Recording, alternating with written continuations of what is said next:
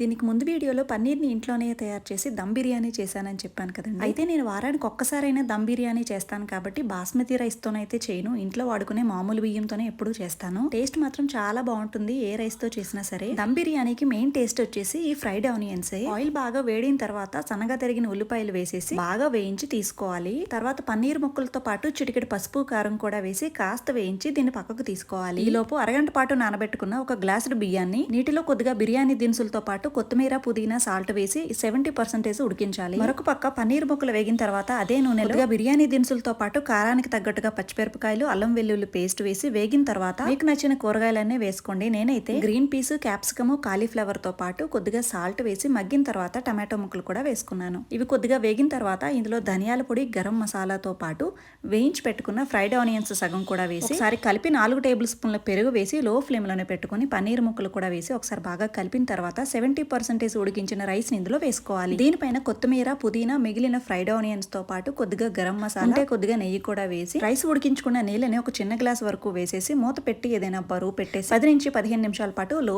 Flame లోనే cook చేసుకుంటే ఎంతో టేస్టీగా వెజిటబుల్ దమ్ బిర్యానీ అయితే రెడీ అయిపోతుంది. దీంతో మీరు సపరేట్ గా గ్రేవీ కూడా చేయాల్సిన పని ఉండదు. పెరుగుతో రైతా చేసుకుంటే చాలా టేస్టీగా ఉంటుంది. అంతేకాకుండా కొద్దిగా లెమన్ అలాగే ఆనియన్ తో సర్వ్ చేసుకుంటే ఇంకా తిరిగి ఉండదు టేస్ట్ కి. మీరు కూడా ట్రై చేసి అలా వచ్చిందో నాకు కామెంట్ చేయండి. Thank you for watching.